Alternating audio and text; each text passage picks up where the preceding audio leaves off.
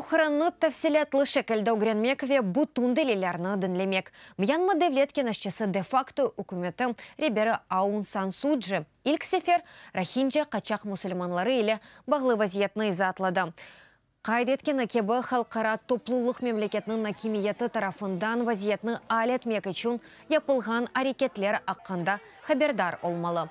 Хатырлатам, Мьянмада яшаған Рохинджа мусульманлары ақларының бұзылығы ақында білдіре. Оларға ватандашлық біле бері өлмей. Августның сонында низам құруйжыларға қаршы етілген бір сыра ұжым нәтижесінде мұсылман әйелесі яшаған Ракхан штатына арбилер йоланылды. Бұндан сон Рохинджа мұсылманлары қайми темізлевлер ақында білдірмеге башлады. Қарарнен 410 бин инсан құмшы Бангладешке қачты. Аун Сан Суджины Бухранға жевабыны олмағаны үшін дефалар жетін қыт еттілер. We condemn all human rights violations and unlawful violence.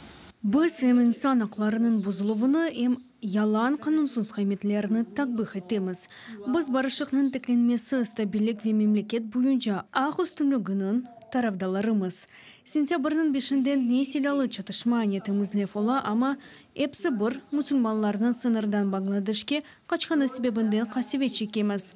Bunun sebebini bilmege isteyimiz. Şunun için kaçkanlarını, kalganlarını dinlemege isterdik.